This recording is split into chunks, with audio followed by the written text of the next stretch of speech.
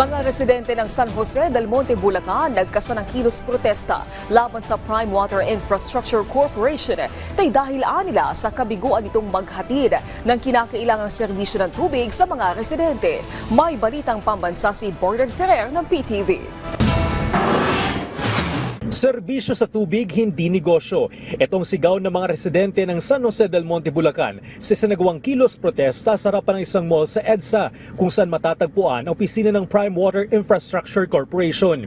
Hinihiling ng mga residente ang agarang pagpapawalang bisa ng kasalukuyang joint venture agreement sa pagitan ng Prime Water at ng San Jose del Monte City Water District. Nabigo umano ang Prime Water na pagmamay-ari ng pamilya Villar na maihatid ang kinakailangang serbisyo ng tubig sa mga residente. Ayon kay People's Right Network spokesperson Joseph Ceballos, sa 7 taon na pagpapatupad ng nasabing kasunduan, paulit-ulit na idinadaing ng mga residente ang madumi at hindi ligtas na tubig, sobrang taas ng singil at hindi magandang serbisyo ng kumpanya.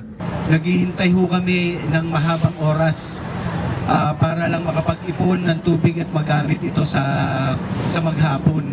At maghihintay na naman ng panibagong araw para magkaroon ng supply ng tubig.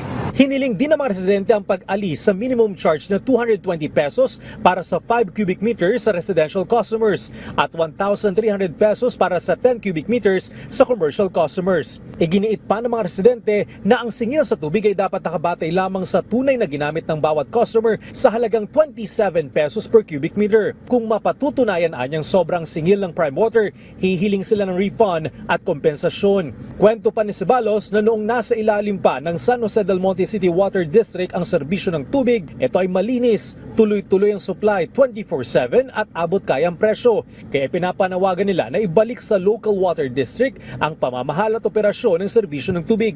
Hinihintay pa ng PTV News ang tugon ng Prime Water sa naging panawagan ng mga residente. Mula sa People's Television Network, Bernard Ferrer para sa Balitang Pambansa.